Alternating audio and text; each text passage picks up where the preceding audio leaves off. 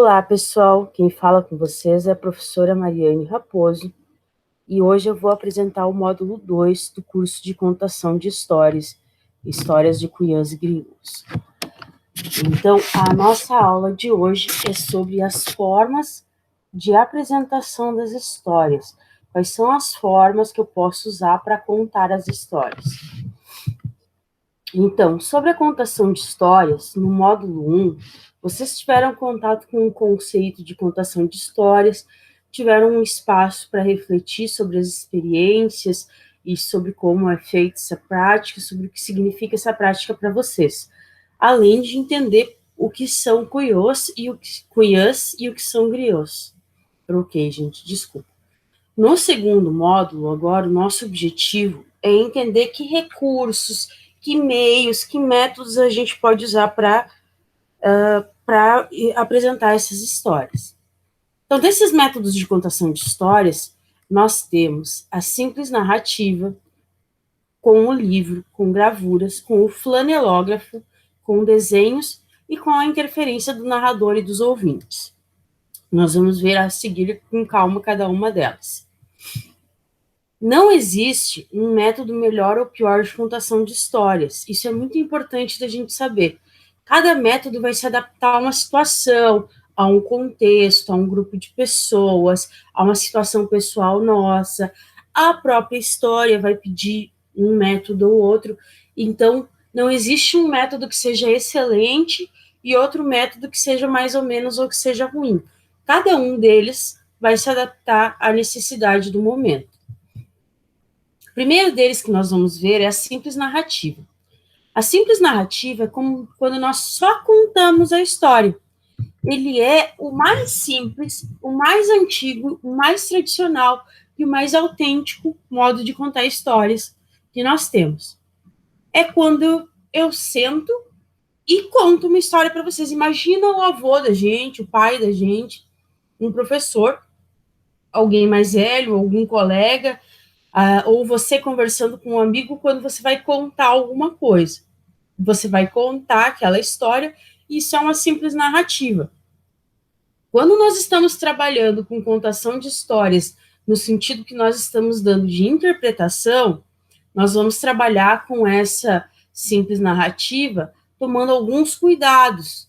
O cuidado que a gente tem que ter é que esse contador, que no caso vamos ser nós, precisa utilizar a voz e a postura para que ele consiga dar vida a essa história. Então, ele vai usar na voz as entonações e as modulações para distinguir os momentos e os personagens. Por exemplo, se tiver um avô, ele vai fazer uma voz mais grossa, assim. Se tiver uma menina, ele pode fazer uma voz diferente. Ou ele pode fazer uma voz estridente, que é para mostrar uma pessoa que era muito chata. Então, ele vai usar esses recursos da voz para contar alguma coisa, ou para representar um movimento. Quando eu quero dar um susto, aí eu vou falar de um jeito. Ou se a pessoa vai contar um segredo, aí ela vai falar sussurrado, e tudo isso vai criando uma dinâmica na história. Por mais que eu esteja só falando, só narrando, eu crio uma dinâmica através das entonações e das modulações da minha voz. Além da voz, eu vou trabalhar com a minha postura através da expressão corporal. Então, eu vou criar gestos, vou criar movimentos, vou representar cenas, vou representar a passagem de um rio, se eu estiver em pé, eu posso mostrar o jeito de caminhar de um personagem, e posso mostrar uma pessoa falando e gesticulando com a mão, ou o movimento de um lado e para o outro, de qualquer forma que eu consiga demonstrar, que eu consiga reforçar aquilo que está sendo contado pela história.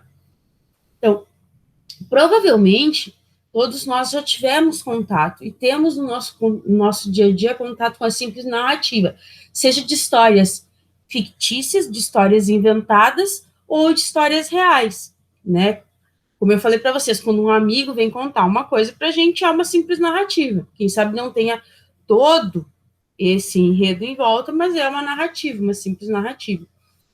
Uma simples narrativa, uma narrativa bem feita, mesmo que ela não utilize outros recursos além do próprio contador, ela vai se tornar envolvente, fascinante, porque você vai criar uma atmosfera em volta da história. Você vai criar um jeito de ser, e daí o teu espectador, a pessoa que está te assistindo, vai querer saber, vai conseguir acompanhar a história, mesmo que ela não tenha recursos como figuras, como livro, mesmo que ela esteja só ouvindo e não esteja participando. Quais são os passos para usar a simples narrativa? O que a gente tem que observar quando estiver utilizando a simples narrativa? O tipo de voz de cada personagem. Então, eu vou fazer uma primeira leitura e vou ver quem são os personagens. Quais são as situações de cada história? Pensem comigo a história da Chapeuzinho Vermelho, que é uma história bem comum. Então, tem a primeira situação é ela passeando no bosque e conversando com o lobo. Então, é uma situação mais tranquila, uma situação comum. Depois passa para uma situação mais tensa, que é quando ela chega na casa da avó e é engolida pelo lobo. E no final, uma situação de redenção, de salvação, que é quando o lenhador chega e salva Chapeuzinho. Então, se eu vou interpretar uma história, eu vou elencar as situações, as cenas, as mudanças de sensação, de sentimento, de situações e cada personagem. Então, eu vou ler, vou marcar cada coisa dessas e vou, na minha voz e no meu gestual, demonstrar essas mudanças, esses sentimentos, esses personagens. É isso que é a simples narrativa, resumidamente.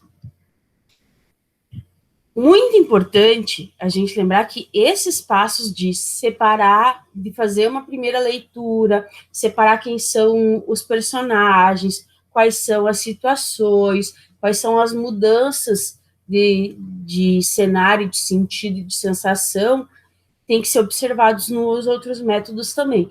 Pensem, quando tem alguém lendo uma história e falando sempre no mesmo tom e sem emoção nenhuma, mais ou menos assim. Então, ele foi lá e quando o lobisomem chegou, o lobisomem disse "Rá", e o transeunte, a pessoa que passava, disse "socorro", e saiu correndo. E então o lobisomem correu atrás e conseguiu alcançá-lo. Eu podia ter explorado diversas coisas num trecho que eu inventei, que não foi muito bom, sejamos sinceros, mas podia ter explorado vários recursos só com a minha voz que teriam tornado mais interessantes. Então, mesmo que eu vá usar outros recursos, eu preciso observar que a minha narrativa tenha uma interpretação junto dela, tá? Por isso que tem essa observação, que é importante observar esses passos também nos outros métodos, nas outras formas de contar que nós vamos estudar, que nós vamos ver hoje. A segunda forma que nós temos é com o livro. Com o livro, ele serve quando a gente tem uma obra muito longa, quando a gente tem uma obra que a gente não conseguiu, por alguma razão, gravar aquela história ou se relacionar com aquela história. Às vezes porque não deu tempo, mas às vezes aquela história não entrou na cabeça da gente. Ou porque eu quero parte da minha interpretação, parte do meu projeto, e inclui que tem um livro para que a pessoa que está assistindo entenda, relacione que aquela história está dentro de um livro e se estimule a ler. É nesse sentido que essa forma de contar a história vem. Nela, tecnicamente, o contador vai estar lendo a história. A impressão é que ele vai estar lendo. Observem a foto que está ali no cantinho. A contadora está com o livro na mão e ela está como se estivesse lendo. Mas, na verdade, se vocês perceberem, ela não está olhando para o livro. Porque, percebam que eu coloco ler e leitura entre aspas. Você vai ter que ter um domínio da história. Você não pode ler, porque senão você vai cair naquilo que a gente falou antes. Né? Você vai começar a ler de uma forma monótona, não vai saber quais são os pontos principais, quais são as entonações que tem que dar, quais são os pontos de virada da história em que acontece algum fato importante. Então, tu tem que ter um certo domínio da história. Mas como tu vai estar com o livro na mão, Tu pode usar marcações no livro, tu pode usar sinais, tu pode usar outros recursos que te ajudem a lembrar desses pontos. Mas você não vai estar lendo, você vai estar, de vez em quando, consultando, dando uma olhada. Vai virar a página, parte da interpretação.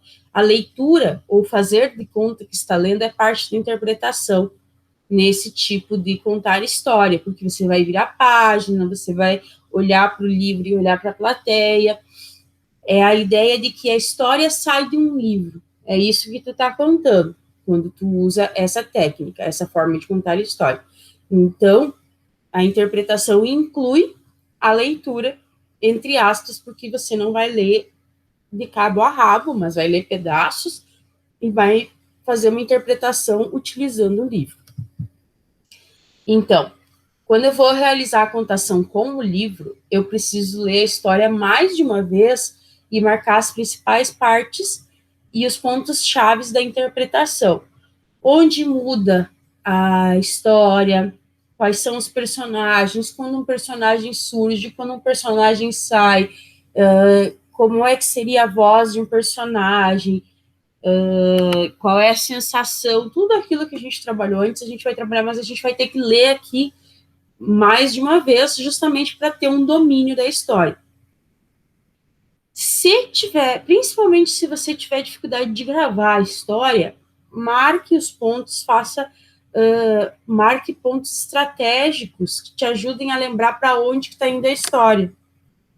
Pontos de virada, coisas que você esteja esquecendo, que você vai olhar ali aquela marcação e lembrar o que você tem que falar naquela hora. Não tudo. Então, você não vai ler tudo, mas vai olhar ali 2 palavras e vai lembrar o que vem a seguir. Mesmo que você esteja só lendo, é importante que você fique num ponto que a tua plateia te enxergue, que você esteja visível e que você não esqueça de manter a interpretação.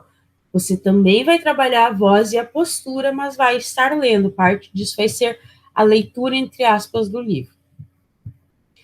Eu também posso usar gravuras.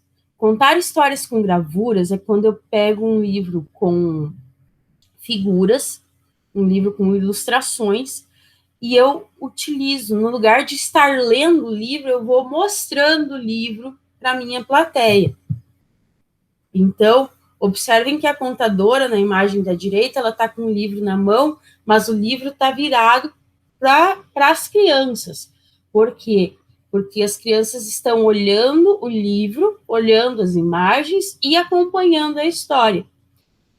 De novo, eu vou manter a entonação, a modulação da voz, vou observar quais são os pontos da história, os pontos em que acontece cada ação da história, mas eu vou mostrando, junto com isso, eu mostro as ilustrações do livro. Por quê? Porque nessa forma de contar, eu estou, de novo, estimulando a leitura, estou apontando, essa história que vocês estão vendo, que é muito legal, ela sai daqui. Então, se vocês quiserem, vocês podem procurar um livro. Esse é um dos objetivos. Outro é que, de repente, a gente tem um livro que tem umas ilustrações muito legais. E a gente pode usar esse livro para mostrar. Outro é que, às vezes, a gente não tem tempo de preparar o material e é um material que já está pronto e que chama muito a atenção.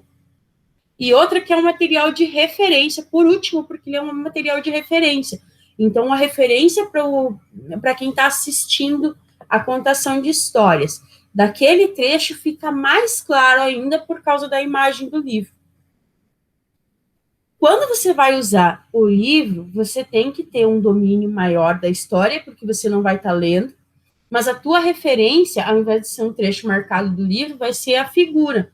A figura vai te ajudar a lembrar o que está acontecendo. Então, a gravura, no caso, né? O que você vai ter que fazer é treinar para você ter a coordenação de ir contando e de alternar, em determinado momento, olhar para o livro, mas também olhar para a plateia. Se você olhar só para o livro, a plateia vai se desestimulando, vai perdendo o interesse. Então, se eu for contar histórias utilizando gravuras, eu vou ter que ler com atenção a história que eu escolhi para contar E daí vou ter que fazer toda aquela seleção e interpretação, ver como é que eu vou interpretar essa história. E daí, uma vez gravada, decorada a história, né, uma vez que eu entendi a história e mais ou menos sei como contar, eu vou planejar a forma de interpretar e vou treinar a contação com o livro, para que eu consiga fazer, para que eu consiga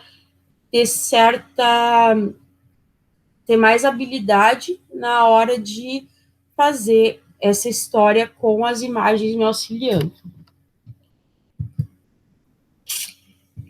Agora, vem uma forma que tem uma palavra que muitos de vocês nunca devem ter ouvido, que é flanelógrafo.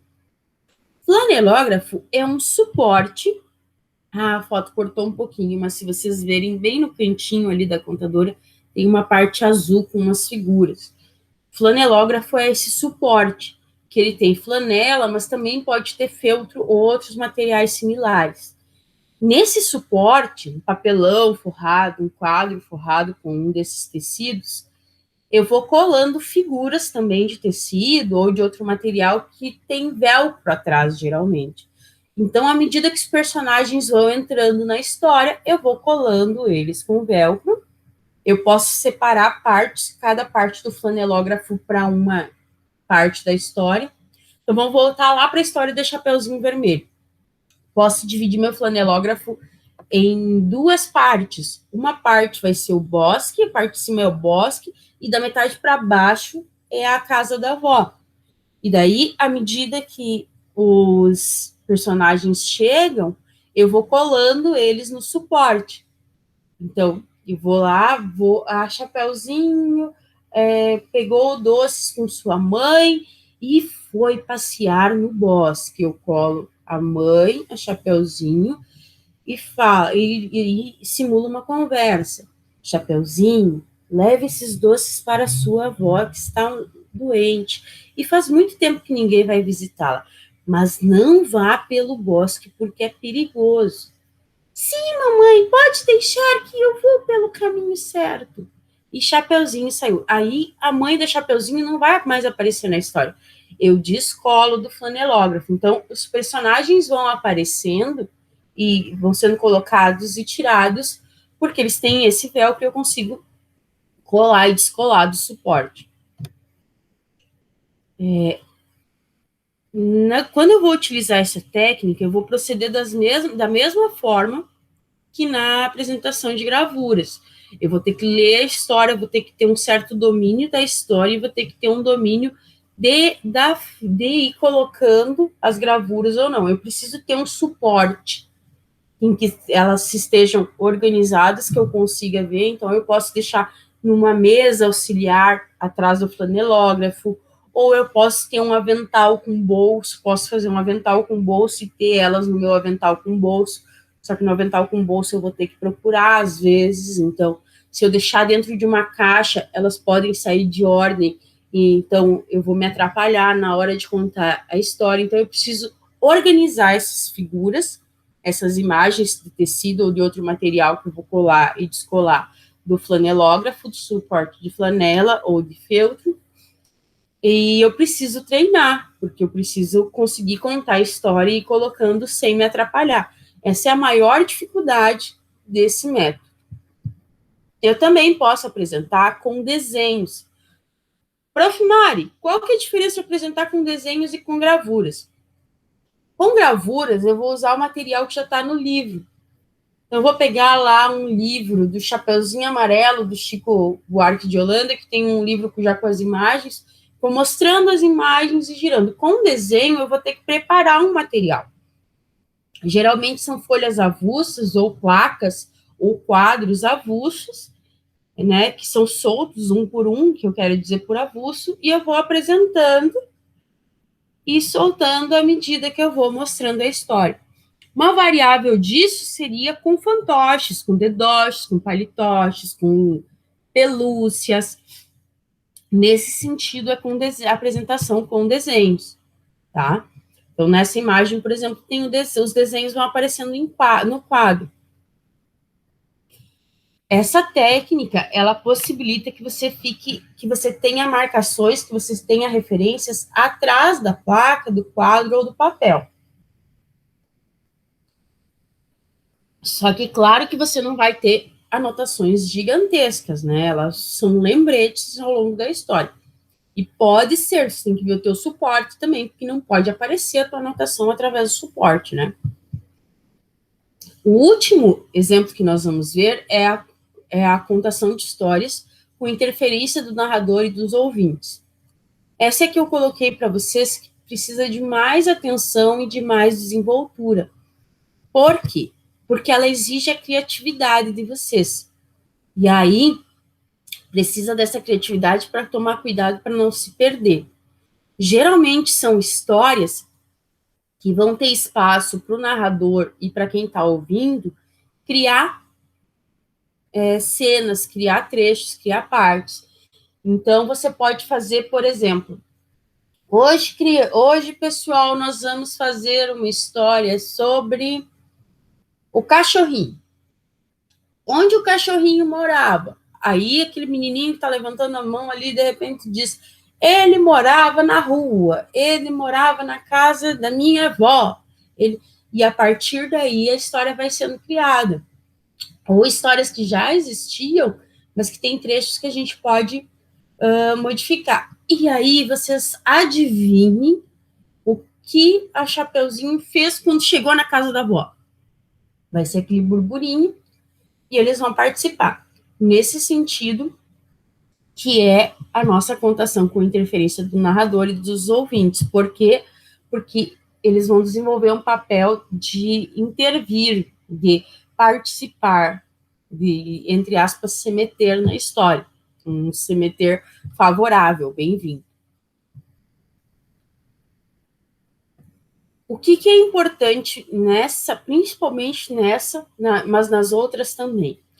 Para contar histórias, nós precisamos desenvolver um bom repertório cultural. Porque para ter criatividade, a criatividade vem de ideias que a gente tira de coisas que a gente viu, que a gente leu, que a gente assistiu, que a gente ouviu. Então, quando eu vou usar minha criatividade, eu preciso tirar de algum lugar essas ideias. As ideias não surgem do nada. As ideias não vêm por uma luz divina, não é aquela lâmpadazinha do desenho que acende. A gente precisa ter alguma base, alguma coisa que alguém tenha feito e que a gente vê como transformar para o nosso dia a dia. Por isso, para todas essas formas, mas principalmente para a interferência do contador e do público, eu tenho que ter um bom repertório cultural. Prof. Mari, são só essas formas de conduzir história, de conduzir contações de histórias que eu tenho? Eu não posso fazer outras coisas? Gente, existe tantas formas quanto a criatividade de vocês possibilitar. Essa é outra razão que é importante ter um bom repertório cultural, porque a forma de desenvolver vai depender da criatividade de vocês. Por exemplo, no final vocês têm ali uma foto de uma contação de histórias com bonecos de palito, com fantoches ali de palito, desenhos num mural, num cenário meio aberto. Na outra foto, o cenário é a saia, a roupa da contadora. No outro, a contadora usa bichos de pelúcia. Na outra, ali na primeira, à esquerda abaixo, é a história da Rapunzel. Então, a contadora construiu a torre e em volta da torre ela vai contando a história. Na linha de baixo, no meio, uma história ali com fantoches. Vê que ela tem um fantoche em cada mão e atrás tem uma árvore. E, por último, uma história musicada. Então, a contadora está com uma tiara para remeter ao lúdico e está com o violão, porque ela está contando a história e cantando ao mesmo tempo. Então, tudo isso vai depender de vocês. Mas as formas básicas que a gente queria que vocês entendessem hoje são essas. O nosso segundo módulo era isso. Eu espero que vocês tenham entendido. Gostaria que agora vocês assistissem alguns vídeos com exemplos de histórias curtinhas, para que a gente possa começar a desenvolver esse repertório cultural e para depois vocês responderem o exercício de fixação. Um grande beijo e até logo. Bom estudo para todos nós.